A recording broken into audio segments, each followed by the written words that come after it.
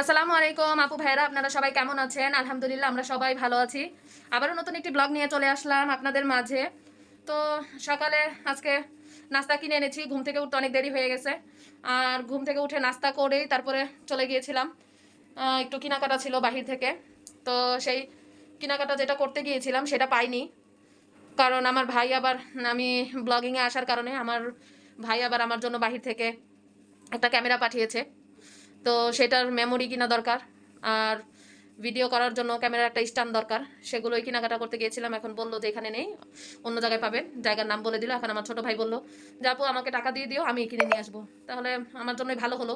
দেখা গেল যে আমার আর দৌড়াদৌড়ি করা লাগলো না। সেই জন্য আমি আর বললাম যে আচ্ছা ঠিক আছে, সেটাই ভালো, যে তুমি যদি কিনে আনো তাহলে আমার আর যাওয়া লাগবে না। তো এই আর কি। এখন বাসায় সব কাজ কাজ রেখে চলে গিয়েছিলাম। অনেক কাজ জমে গেছে, মানে ঘরের অবস্থা অনেক নোংরা, যার বলার মতো না, এমন একটা অবস্থা। ঘরের কাজ রেখে কোথাও গেলে এসে মানে বাসা আসলে মাথা নষ্ট হয়ে যায়। এই একটা অবস্থা, মানে ঘরের অবস্থা এত খারাপ যে কি আর বলবো, বলার ভাষা রাখে না। তো এখন আবার রান্না বান্না করতে হবে। কি কি রান্না বান্না করবো আপনাদের মাঝে শেয়ার করব। ঠিক আছে, তাহলে দেখতে থাকুন কি রান্না বান্না করি। ফ্রিজ থেকে বের করে ভিজিয়ে রেখে গিয়েছিলাম। তো এই আর কি। তো আপনারা সবাই কেমন আছেন অবশ্যই কমেন্টে জানাবেন, কেমন আছেন আপনারা সবাই। তো এই আর কি। নাস্তা আজকে তো কিনেই খেয়েছি, আজকে নাস্তা বাসায় বানাইনি। দেখা যায় বাহির থেকে কিনে নিয়ে আসলে একটু তাড়াতাড়ি হয়, আর গ্যাসও আবার থাকে না, সেই কারেন্টেই সব কিছু করতে হয়। ঠিক আছে, তাহলে দেখতে থাকুন কি কি রান্না বান্না করি। আপু ভাইয়েরা চলে আসলাম রান্নাঘরে। এখন আমি রান্না করব, এই তো গরুর নিহারি রান্না করব, এই যে গরুর পা, এগুলো এখন আমি রান্না করব। আর হচ্ছে রুটি বানাবো, তাই না আপু? সকালে এটা আমি রান্না করে রাখছি দুপুরবেলা। সকালে এটা যাতে খেতে পারে রুটি দিয়ে, সেই জন্য আমি রান্না করে রাখবো। আর এটা যত জাল হবে ততই খেতে ভালো হবে। তো দেখতে থাকুন আমি কিভাবে রান্না করবো এটা। এখন আমি প্রেসার কুকারে এগুলো সাজিয়ে দিব, এভাবে এভাবে বিছিয়ে দিব। আমি একবারে মেখে তারপরে বসিয়ে দিব। মেখে রান্না করলে এটা ভালো লাগে, কারণ আমি সবসময় নিহারিটা এইভাবেই রান্না করি। পেঁয়াজ দিয়ে দিব, পেঁয়াজ দিয়ে দিলাম। আর হচ্ছে এই তো দারচিনি, এলাচ, লবঙ্গ, তেজপাতা।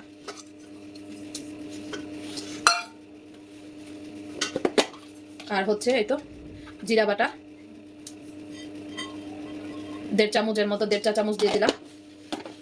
আর হচ্ছে রসুন বাটা, রসুন বাটাটা আমি একটু বেশি দিব, কারণ আমরা রসুনটা বেশি খাই। 3 চামচের মতো দিলাম, 3 চা চামচ। আর হচ্ছে আদা বাটা দিব,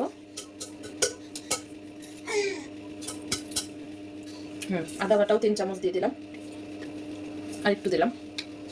এই তো আমি দিয়ে দিলাম হলুদের গুঁড়া, ধনিয়া গুঁড়া, মরিচের গুঁড়া, লবণ।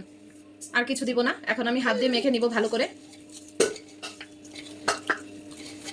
সুন্দর করে মেখে নিব, যাতে মশলাগুলো সবগুলোর মধ্যে লেগে যায়।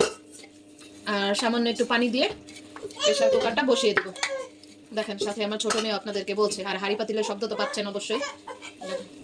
সামান্য একটু মশলাগুলোর মধ্যে মশলা মাখিয়ে হাতে যা মেখেছিল সেটাই দিয়ে একটু পানি দিয়ে দিলাম। আর হচ্ছে আমি সামান্য একটু গরম পানি দিয়ে দিব, অল্প একটু পানি দিয়েছি। এখন এটা আমি ঢেকে দিব। সয়াবিন তেল দিয়ে দিলাম, বেশি দিব না, সামান্য, কারণ একটু সয়াবিন তেলের ফ্লেভারের জন্য দিলাম। কিন্তু এই নিহারি থেকে অনেক প্রচুর পরিমাণ তেল উঠবে। এই তো এখন আমি এই চিংড়ি মাছের শ্বাসগুলো ভেজে নিব। চিংড়ি মাছের পায়ের যে শ্বাসগুলো থাকে সেগুলো আমার মায়ের বাড়ি থেকে পাঠানো হয়েছিল। আমাদের ওইখানে আবার চিংড়ি মাছের এই তো পায়ের যে শ্বাসগুলো থাকে সেগুলো বিক্রি করে। তো মা এগুলো পাঠিয়েছিল আমার জন্য। তো সেগুলোই মশলা মেখে শুধু তেলে ভাজবো। আর হচ্ছে ফুলকপি ভাজি করব। এই তো আমি সুন্দর করে মেখে নিলাম।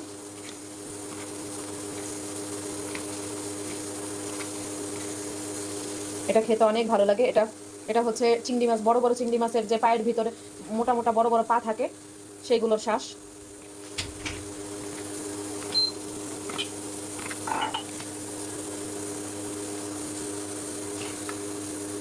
এইভাবে করেছি,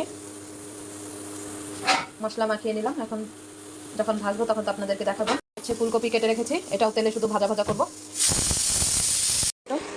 তেলটা গরম হয়ে গেছে, এখন আমি সবগুলো একবারে দিয়ে দিব।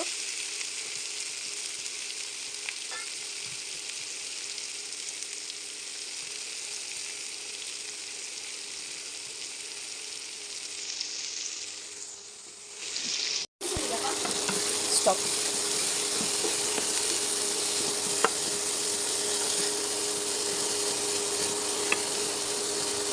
চুলার আঁচটা কমিয়ে আস্তে আস্তে ভেজে নিব। এটার মধ্যে এখন একটু তেল ছেড়ে দিয়েছে, এই অবস্থায় আমি কিছু কাঁচামরিচ দিয়ে দিব আর হচ্ছে কিছু পেঁয়াজ দিয়ে দিব। এটা এইভাবে ছাড়া খেতে ভালো লাগবে না।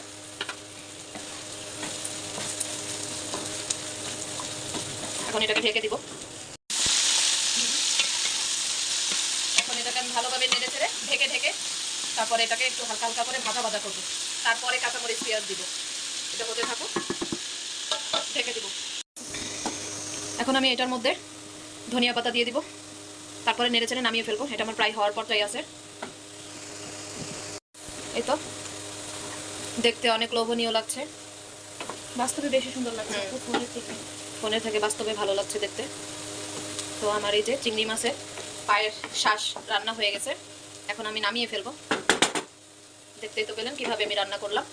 ফুলকপি ভাজা হয়ে গেছে, এখন আমি তার মধ্যে কাঁচামরিচ পেঁয়াজ দিয়ে দিলাম।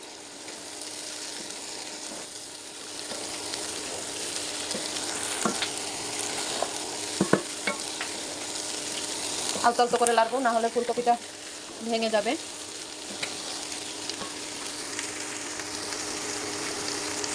এখানে আমি মৃগেল মাছের মাথা আর লেজ দিয়ে বেগুন দিয়ে রান্না করব, সেই জন্য আমি মাথা আর লেজ ভেজে নিলাম। ভাজা হয়ে গেছে, এখন আমি উঠিয়ে নিব। এই তো আমার ফুলকপি ভাজি হয়ে গেছে, এখন আমি ফুলকপি ভাজি নামিয়ে ফেলবো। ধনিয়া পাতা দিয়ে দিলাম।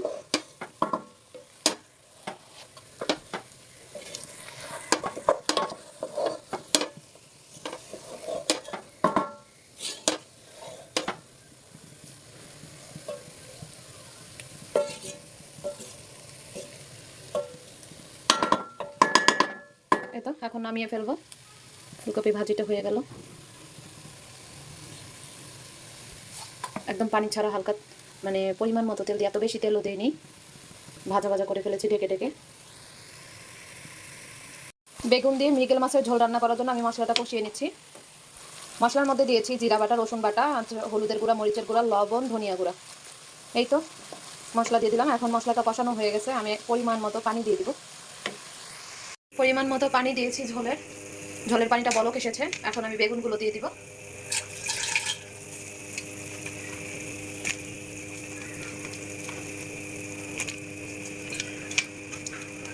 বেগুনগুলো দিয়ে দিলাম। এখন আমি এক এক করে মাছগুলো দিয়ে দিব, কারণ বেগুন সবজিটা হচ্ছে নরম, এটা তাড়াতাড়ি হয়ে যাবে, বেশি সময় নেবে না, সেই জন্য আমি মাছগুলো দিয়ে দিব।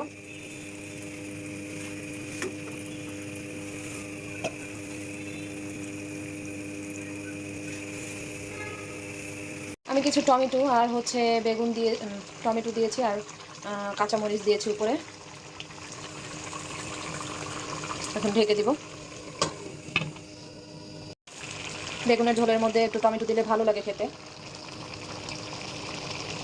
এর মধ্যে ধনিয়া পাতা দিয়ে দিয়েছি। রান্না আমার শেষ।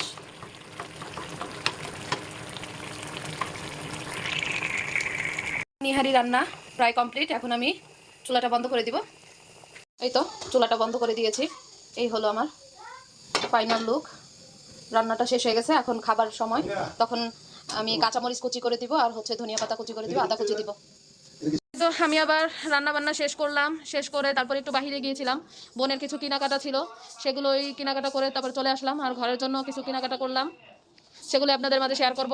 আর এসে দেখি বোন তারপর ওই জাপা এসে ঘর পরিষ্কার করছে, ঘর পরিষ্কার নিয়ে ব্যস্ত। এই তো তো চলেন দেখি আমি ঘরের জন্য কি কেনাকাটা করেছি, সেটা আপনাদের মাঝে শেয়ার করব। এই তো ঘরটা গোছানো হয়ে গেছে মোটামুটি আকারে, ব্যস্ত আছি একটু, বোনের বাসায় যাব, সেই জন্য গোছানো বাকি আছে, সেভাবে ঘরও পরিষ্কার করতে পারছি না। তো এই হলো অবস্থা ঘরের অবস্থা তেমন ভালো না। এই তো আমি ঘরের জন্য এই যে সার্ভিং বোল নিয়েছি 4টা। শপিংয়ে গিয়েছিলাম একটু কেনাকাটার জন্য, ছোটো বোনের একটু কেনাকাটা ছিল, সেই জন্য এই 4টা বোল নিয়েছি, সার্ভিং বোল। এত ওজন বলার বাহিরে, কিন্তু দেখতে অনেক সুন্দর। দূর থেকে মনে হয় মাটির, কিন্তু এটা তো সিরামিক। এই যে 4টা নিয়েছি, যেহেতু চেয়েছিলাম একটাই নেই, পরে ভাবলাম যে না, যেহেতু পেয়েছি 4টাই নেই। সার্ভিং বোলগুলো অনেক সুন্দর, মোটামুটি ভালোই, অনেক কিছুই, অনেক খাবারই এটার মধ্যে নিবে, দেওয়া যাবে অনেক খাবার, তাই আর কি। কথা বলো না, তাই হলো অবস্থা। বোলগুলো অনেক সুন্দর, কেমন হয়েছে অবশ্যই কমেন্ট করে জানাবেন। এমনিতে অনেক ক্লিয়ার,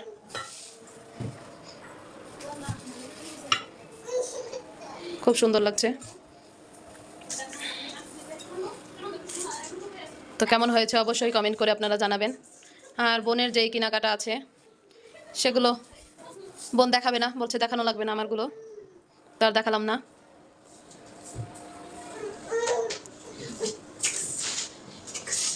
বোলগুলো কেমন হয়েছে অবশ্যই কমেন্টে আপনারা জানাবেন।